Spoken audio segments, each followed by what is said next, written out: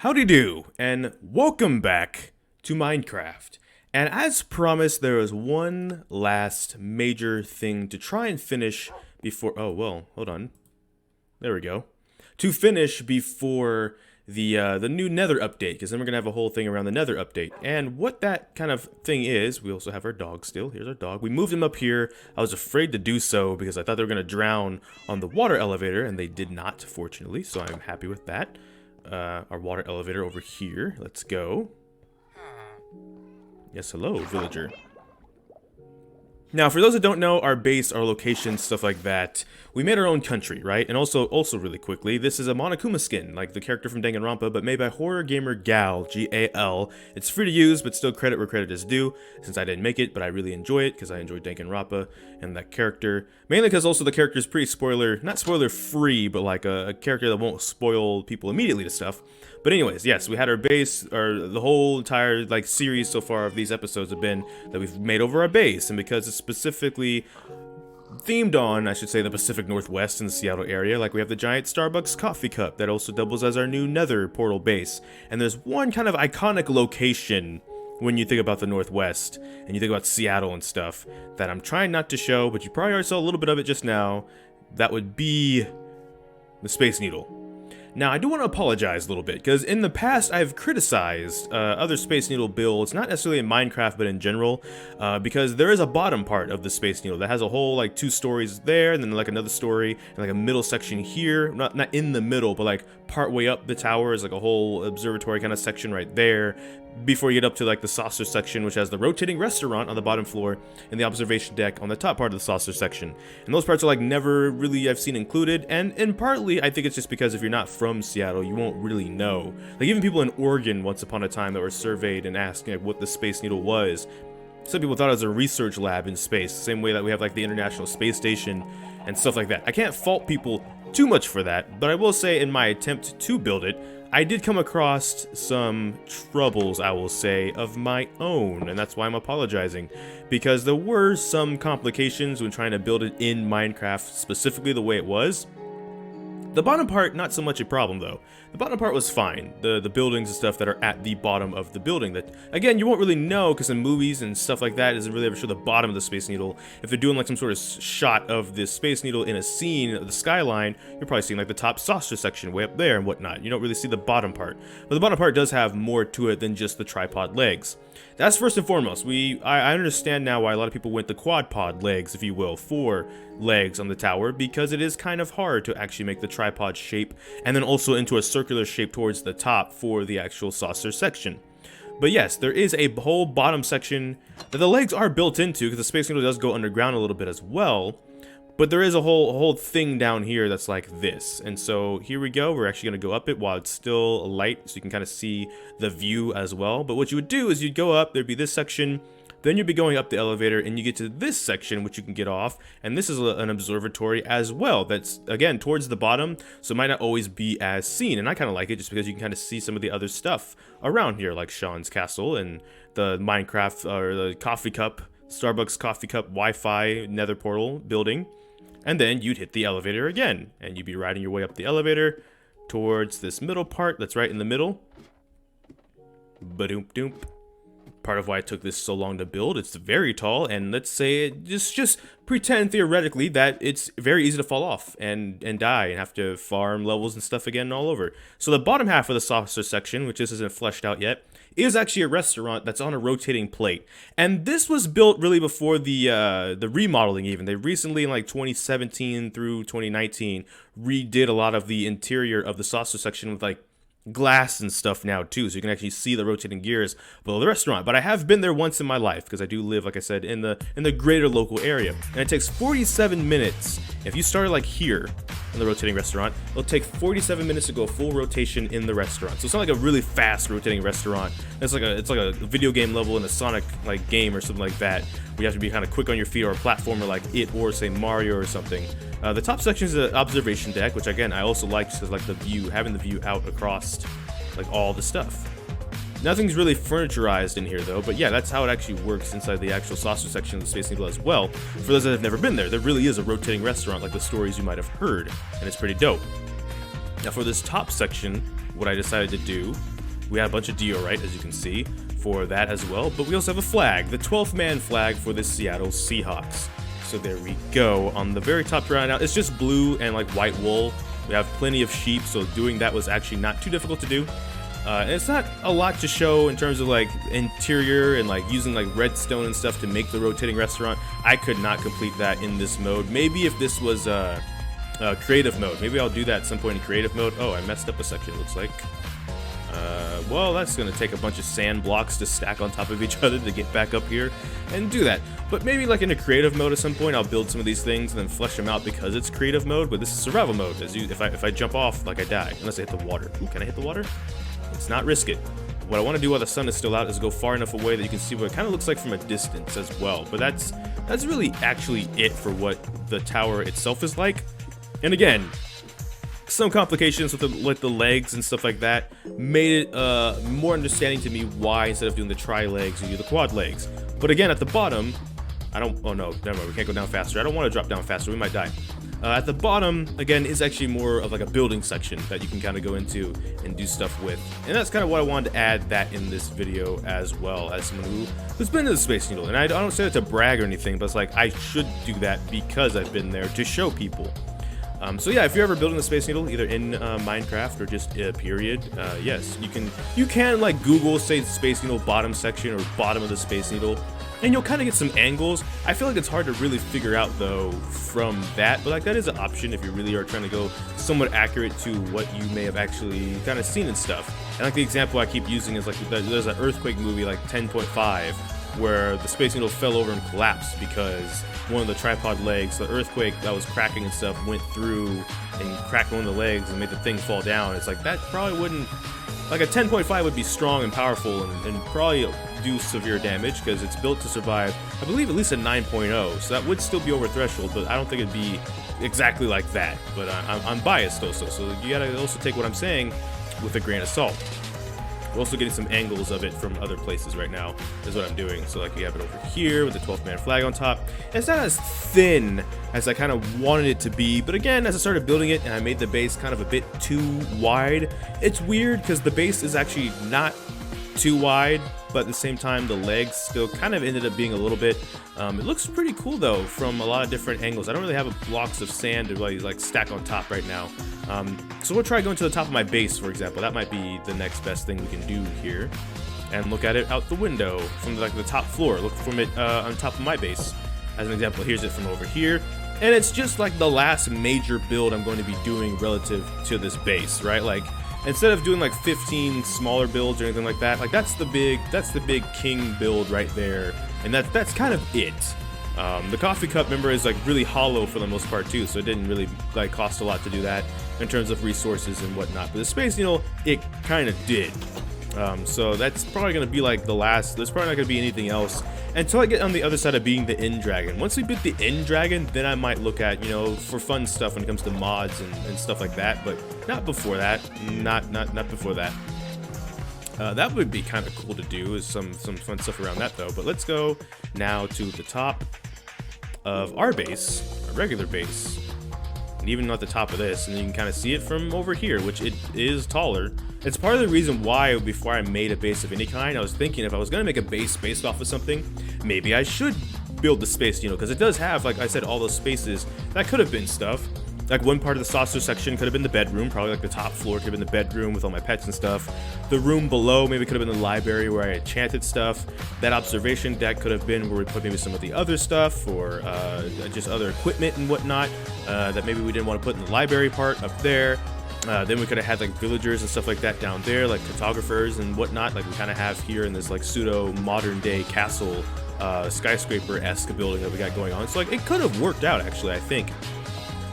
But like part of producing some of the stuff for building that meant we kind of needed to already establish a base, I feel, just for the safety of it. Like we built the Space Needle in the middle of what was already safe land between my base, the Starbucks coffee cup, and the Jacksepticeye's castle over there. That kind of made sure that I had a bunch of torches and stuff lit down, so I had a lot of confidence in building that up. And then like because we already had the sheep over here, over there, we could already make even the flag at the top, and it was fun. It was definitely a fun build, and it was definitely the conclusion of like this 5-episode kind of back at Minecraft full swing kind of a thing, right? I mean, we guys have like Pumpkin Hill over there. That's like literally dirt blocks and like what's it called, the glowstone that you can farm.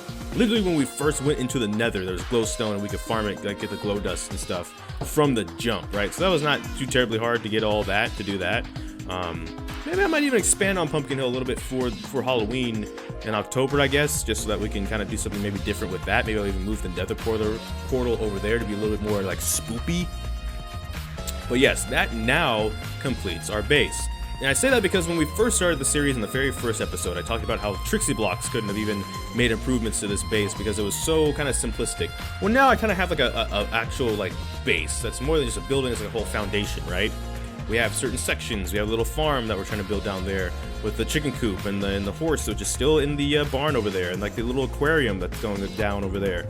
We got the crops. We got sheep. We got pigs. We got cows. We got, like I said, the chicken coop. There's chickens in it. We got a couple cats. There was even like okay, I was about to say we have 4 cats here. One was blending in. There was a 5th cat out there on the crops, actually guarding it from creepers, and there was actually a 6th cat briefly, but I didn't tame it, and that was the thing too. Like, they keep spawning because the villagers keep finding their way into my base, and they start making their way up my base, and now there's just like, they're everywhere. There we go. There's a farmer right there in the water elevator that's just yeah, doing their thing. And so yeah, it was like a 32 by 32 block. It wasn't very interesting. We've made it a bit more interesting now, I will say. But I still think Trixie blocks, for example, could make it way more interesting. And I say that just as an excuse, once again, to shout them out. If you have not checked them out, make sure to go check them out. I think they do a really cool job reinventing other people's bases in ways that was like unimaginable. So it's like really dope in my opinion.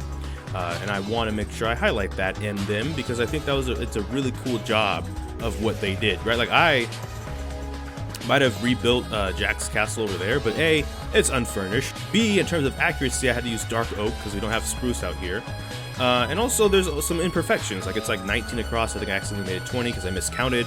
Looking back at his videos and stuff like that, him being Jack at this point, I was trying to make a replica. So there's little things that are kind of off about it as well. And again, it was mainly because of the running joke with the series about like stealing the top of Morning Bell and stuff like that more than anything else. So yeah.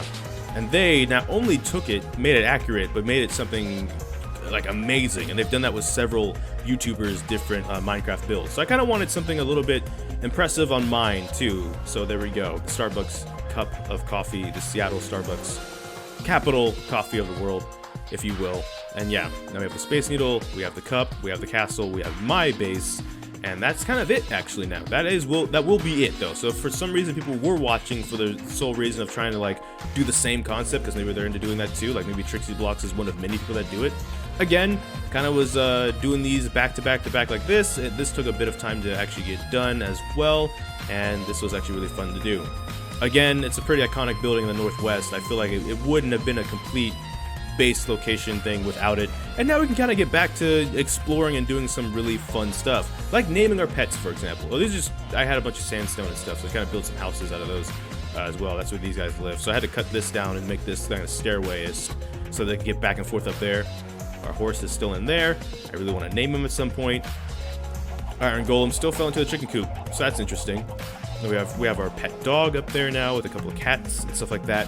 And, you know, soon then we can go on adventures again, because I think what I want to do too is, again, inspired because I kind of want to do stuff with this series besides just kind of rush my way to the End Dragon.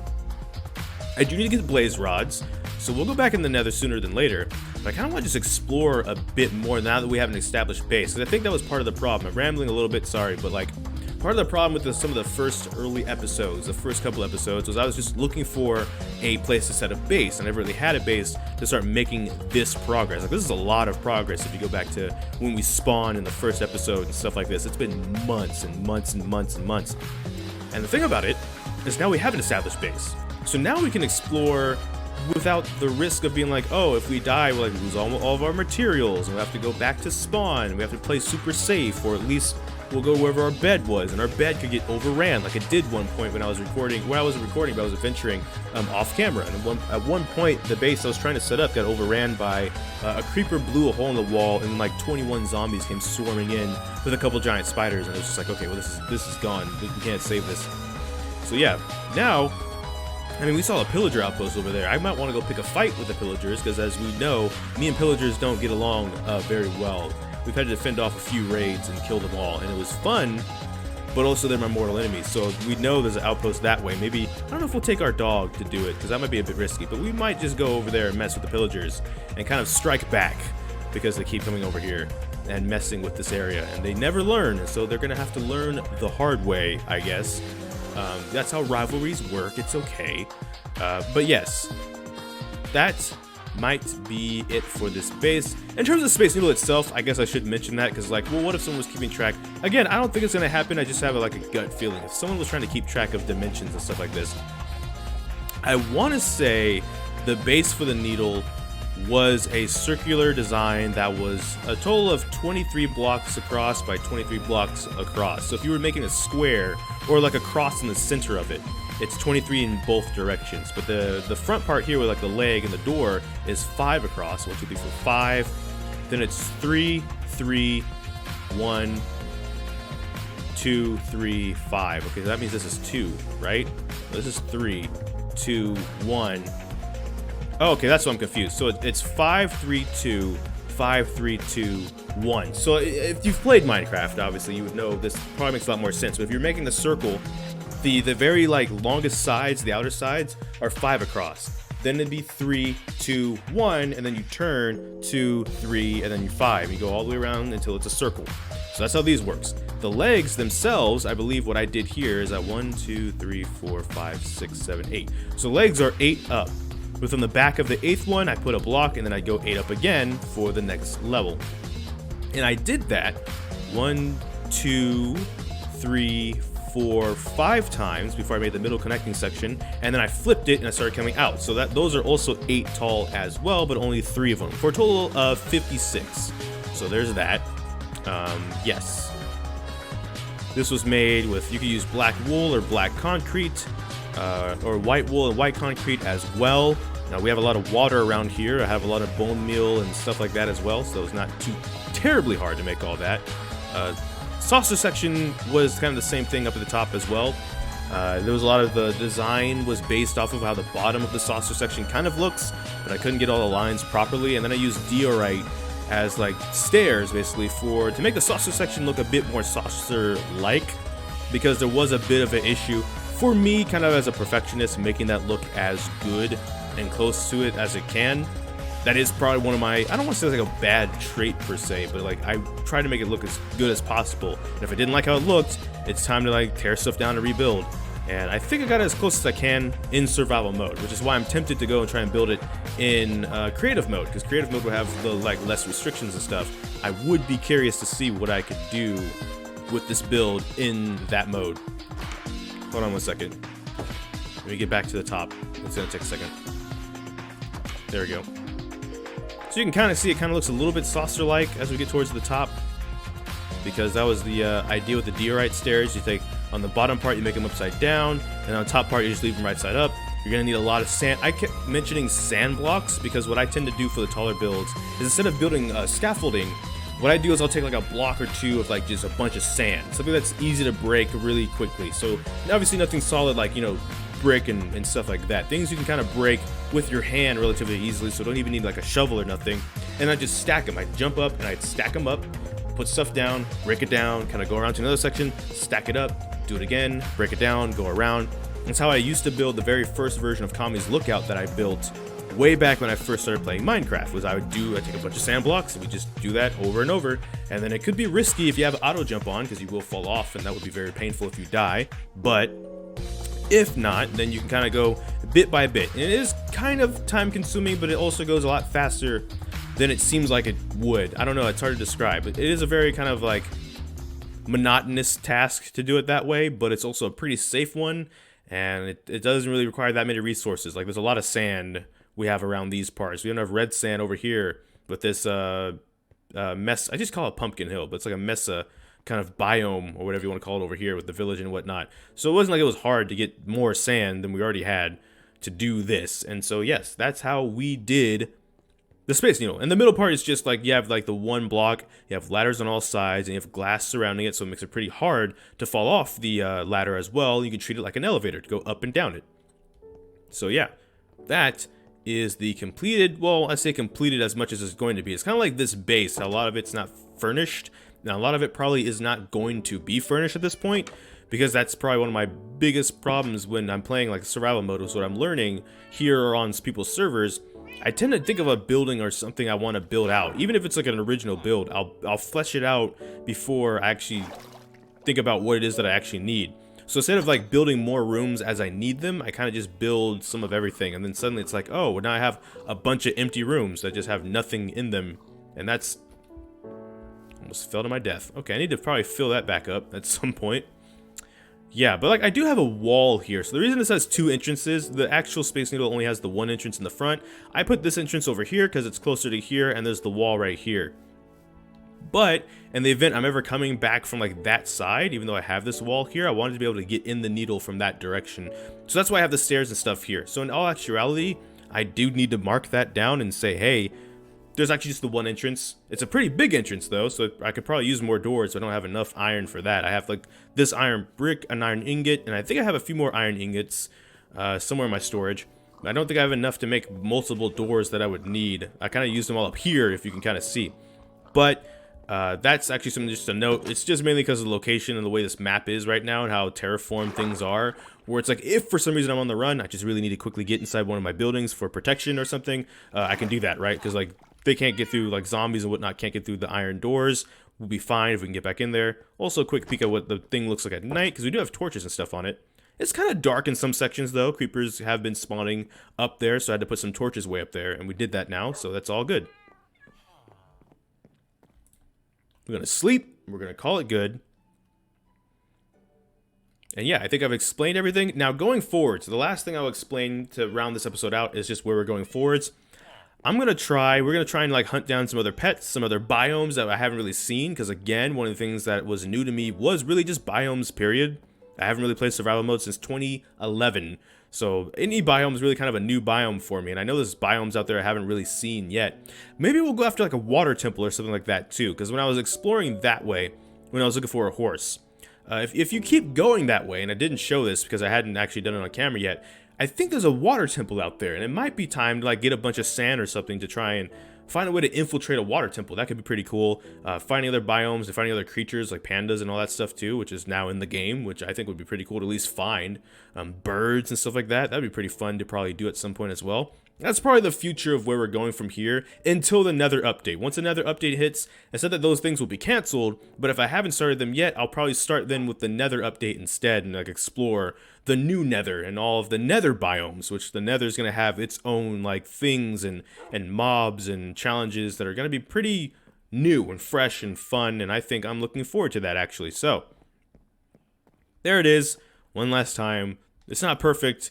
But it's the Space Needle. The Space Needle located up in Seattle because of the whole, like, the dark oak, northwestern vibe of our base location now. But that is actually going to be all for this video. It's a bit on the shortest side, even though with all the rambling, it's still a bit on the shortest side. There's not too terribly much I want to get done in this episode, because that was kind of the conclusion, again, of this new stretch of episodes. So thank you. Oh, can we see it from this side? We can kind of see it from this side, yeah.